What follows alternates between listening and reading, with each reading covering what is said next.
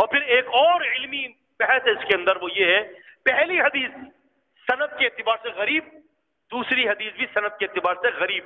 غریب سے مراد یہ ہوتی ہے کہ انما الاعمال بالنیات، جو پہلی حدیث امام بخاری نے ذکر کی ہے، ساری جتنی بھی حدیثوں کی کتابیں ہیں، آپ چاہے تاریخ دمشق اٹھا لیں، آپ ابن تیمیہ نے اس کے اوپر ایک رسالہ لکھا ہے انما الاعمال بالنیات کی حدیث کے اوپر، جو آج رسالہ ان کی کتاب ہے، ان کے جو فتاوے ہیں مجموعہ فتاوی، اس کے اندر ضم ہے عزیزان گرامی، سارے جتنی بھی حدیثوں کے ترک ہیں سب کے راوی عمر رضی اللہ تعالیٰ عنہ ہیں۔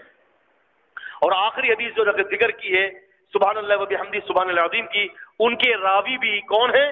ابو ہریرہ رضی اللہ تعالیٰ عنہ ہے، اور وہ حدیث بھی صرف ایک ہی صحابی سے، اور پیچھے جو سند ہے وہ بھی سب ایک ہی ایک لوگ روایت کر رہے ہیں اور دوسرے راوی نہیں ہے۔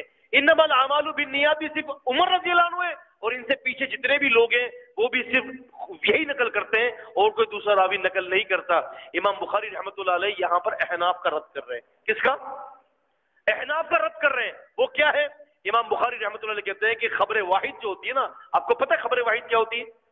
خبر واحد جب کوئی ایک آدمی خبر لے کر آ جائے، اگر وہ ثقہ ہے تو اس کی بات کو قبول کرنا چاہیے۔ امام بخاری نے اپنی پہلی حدیث خبر واحد کے اوپر لی اور آخری حدیث بھی خبر واحد پر لی، غریب حدیث ہے۔ وہ کہتے ہیں کہ اسلام کے اندر خبر واحد بھی حجت ہے۔ کیوں؟ جبریل امین نے نبی علیہ السلام کو بتایا خبر واحد تھی نا، متواتر تو نہیں تھی۔ رسول اللہ صلی اللہ علیہ وسلم نے امت کو بتایا خبر واحد تھی کہ نہیں، متواتر تو نہیں تھی۔